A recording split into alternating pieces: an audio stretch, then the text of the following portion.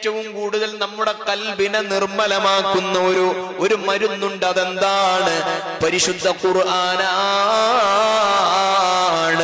ദവാഉ ഖൽബിൻ ഖംസതുൻ ഫതിലാവതു ബിതദബ്ബുരിൽ മഅനാ വലിൽ ബത്നിൽ ഖലാ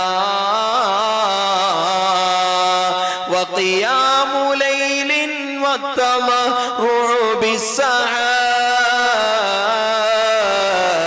ومجالسات الصالحين الفضلاء. പറയപ്പെട്ട രൂപത്തിൽ കൽബിലേക്കൊന്നും കടക്കാതെ, അള്ളാഹുവിന്റെ വിഷയത്തിൽ ഒരു ആനന്ദം കിട്ടാതെ, അള്ളാഹുവിന്റെ വിഷയത്തിൽ ഒരു താല്പര്യം വരാതെ, ഇസ്തിഗ്ഫാർ ചൊല്ലുമ്പോ ഒന്ന് മനസ്സർ കൊടുക്കാൻ കഴിയാതെ, അള്ളാഹുവിനോട് ദുആ ചെയ്യുമ്പോൾ ഒരു